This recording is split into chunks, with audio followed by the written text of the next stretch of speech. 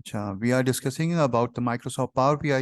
uh, Introduction to Power BI. Actually, Power BI is a business intelligence tool.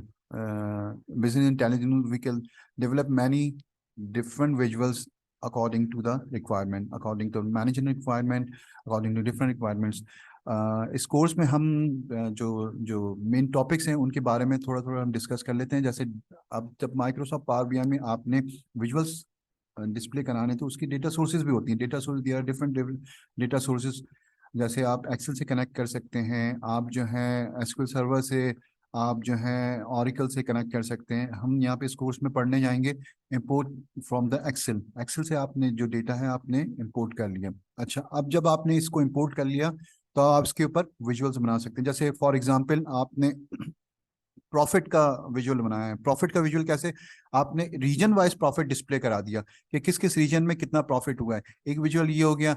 आपके पास एक visual ये हो सकता है कि रीजन वाइज हो गया, एक आपके पास कंट्री वाइज हो गया, एक आप ईयर वाइज भी आप डिस्प्ले करा सकते हैं कि मेरा रीजन वाइज, ईयर वाइज और कंट्री वाइज कितना प्रॉफिट हुआ। तो you can view on a single window different on the different visuals, different data आपने उस पर प्रेजेंट कर लिया। It is very attracting to the management कि आप अपनी मैनेजमेंट को आप दिखा सकते हैं कि प्रॉफिट हमारा किस तरह हुआ है।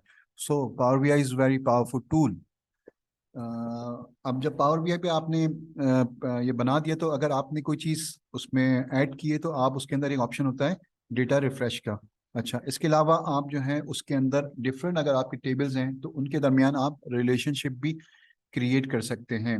रिलेशनशिप मसलन कि अगर आपका एक एम्प्लॉय का टेबल है, डिपार्टमेंट का टेबल है, तो एम्प्लॉय एंड डिपार्टमेंट के दरमियान एक रिलेशनशिप होता है, उसके हिसाब से आप वहाँ कर सकते हैं। अच्छा, जब आप इसको डेटा को आप अपने पास इंपोर्ट करते हैं तो वहाँ पे एक ऑप्शन आता है लोड करना या ट्रांसफॉर्म करना। What is the difference between the load and the transform? Transform की सूरत में आप क्या करते हैं कि उसको, ट्रांसफॉर्म की सूरत में आप उसको डेटा को आप जो है शेपिंग देते हैं, यानी उसको आप अकॉर्डिंग टू, यानी कोई नल वैल्यू है तो उसको आप ख़त्म करेंगे। कोई और चीज़ है, आप कॉलम ऐड कर सकते हैं डिफरेंट ETC। इसमें अगर आपने अपने पावर बीआई में कोई चीज़ अपडेट करनी है अपनी क्यूरी में, तो you have a query editor जहाँ पे आप डिफरेंट क्यूरी में एडिट करके काम कर सकते हैं। इस कोर्स में हम पढ़ेंगे रिलेशनशिप्स। रिलेशनशिप कौन कौन से रिलेशनशिप होते हैं, क्रॉस फिल्टर डायरेक्शन क्या होती है, कैलकुलेटेड कॉलम्स क्या होते हैं, कैलकुलेटेड टेबल्स क्या होते हैं, और मेजर्स क्या होते हैं, measure when we use the measures, और कैलकुलेटेड टेबल्स क्या होते हैं, कैलकुलेटेड कॉलम क्या कॉलम, कैलकुलेटेड कॉलम।